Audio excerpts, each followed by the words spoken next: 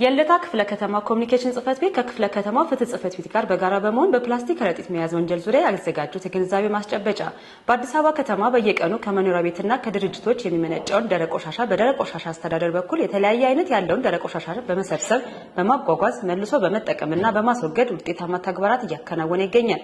ነገር ግን የደረቅ ቆሻሻ አስተዳደር ተግባራትን በአግባቡ በማከናወን የሚፈለገው ውጤት ለማምጣት ሊያሰሩ የሚያስችሉ ህጎች መኖር አለባቸው። ይህንንም ከግብ ለማድረስ የደረቅ ቆሻሻ አያያዝና አወጋገድ አዋጅ 1383/2017 ተግባራዊ በመሆን ላይ ይገኛል። ይህም የአዋጁ ዓላማና አስፈላጊነትን ሰዎች በጽዱና ባልተበከለ አካባቢ የመኖር መብታቸውን ግምት ውስጥ በማስገባት የወጣ አዋጅ ሲሆን በውስጡም ዝርዝር ክልከላዎች እንደሚከተለው ተደንግገዋል። አንደኛ ማንኛውም መኖሪያ ቤት ወይም ድርጅት ያመነጨው ደረቅ ቆሻሻ በሰው በእንስሳት በአካባቢና በሌሎች ሰዎች ድርጅት ጤናና የከተማዋን ጽዳት ገጽታ ሊያበላሽ በሚችል መልኩ መያዝ ወይም ማከማቸት የተከለከለ እንደሆነ በአንቀጽ 5 ንዑስ አንቀጽ 1 ተደንግጎ ይገኛል። ሁለተኛ የተለያዩ ዕቃዎች ተጠቅልሎባቸው ወደ ሀገር ውስጥ ከሚገቡት ውጭ ውፍረታቸው 0.03 ሚሊ ሜትርና በታች የሆነ የዕቃ መያዣ ፕላስቲክ ፌስታል በከተማ ውስጥ ማምረት፣ መሸጥ፣ ለዕቃ መያዣነት መጠቀም፣ ከቦታ ቦታ ማዘዋወር የተከለከለ ነው። ሶስተኛ ለመልሶ መጠቀምና ዑደት አገልግሎት የሚውሉ ደረቅ ቆሻሻዎችን ህጋዊ ፍቃድ ወይም ህጋዊ ውክልና ሳይኖረው ከየትኛውም ቦታ መሰብሰብ ይሁንም ማከማቸት የተከለከለ ነው።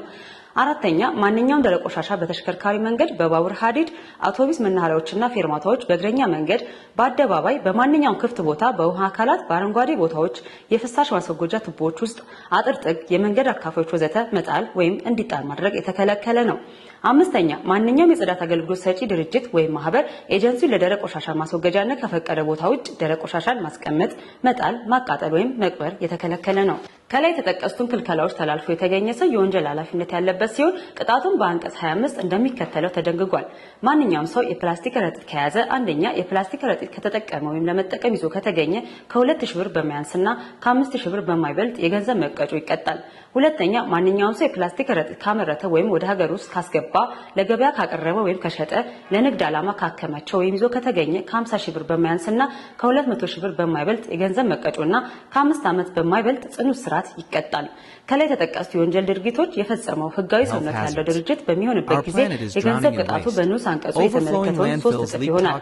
በአጠቃላይ የዚህን አዋጅ ዓላማ ከግብ ለማድረስ ቅጣት ላይ ብቻ ከማተኮር ይልቅ የግንዛቤ ማስጨበጫ ስራ በተጠናከረ ሁኔታ ማካሄድ፣ የአስፈጻሚ አካላት ተግባርና ኃላፊነታቸውን በአግባቡ ማከናወን፣ የህጎችን ተፈጻሚነት ማረጋገጥ፣ አጥፊዎችን ተጠያቂ ማድረግ አስፈላጊ ሲሆን ይህም የግንዛቤ ማስጨበጫ መልእክት የዚህ አካል ነው። የሚወጡ ህግና ደንቦችን እናክብር። የልደታ ክፍለ ከተማ ፍትህ ጽፈት ቤት